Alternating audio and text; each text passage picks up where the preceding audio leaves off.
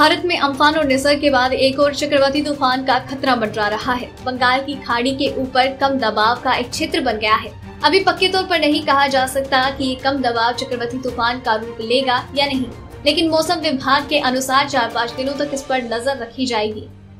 चक्रवाती तूफान बनने का खतरा। समंदर में कम दबाव का क्षेत्र आमतौर पर किसी भी तूफान का पहला स्टेज होता है। अगर ये चक्रवाती तूफान में तब्दील नहीं भी होता तो भी ये तटीय इलाकों में तेज बारिश की आशंका जताई जा रही है। ऐसे में 10 जून के आसपास ओडिशा में भारी बारिश हो सकती है। मौसम विभाग के महानिदेशक मृत्युंजय महापात्र ने कहा कि कम दबाव का क्षेत्र अगले सप्ताह ओडिशा की ओर बढ़ सकता है। उन्होंने कहा, कम दबाव एक प्रकार का चक्रवाती प्रवाह होता है और किसी चक्रवात का पहला चरण। हालांकि ये जरूरी नहीं होता कि कम दबाव का हर क्षेत्र तेज होकर चक्रवात बन जाए, लेकिन हमारी इस पर नजर है। एक महीने में 2 चक्रवाती तूफान।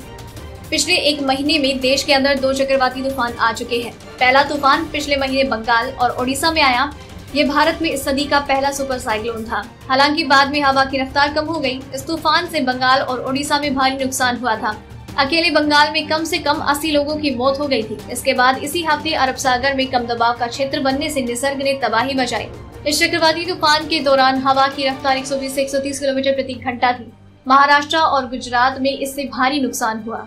अगर आपको ये स्टोरी पसंद आई तो इसे लाइक और शेयर करें। साथ ही अपने व्यूज हमें कमेंट करके जरूर बताएं। डेली ट्रेंडिंग न्यूज की रिपोर्ट सब्सक्राइब करें हमारा चैनल ऐसी ही लेटेस्ट और इंटरेस्टिंग न्यूज के लिए।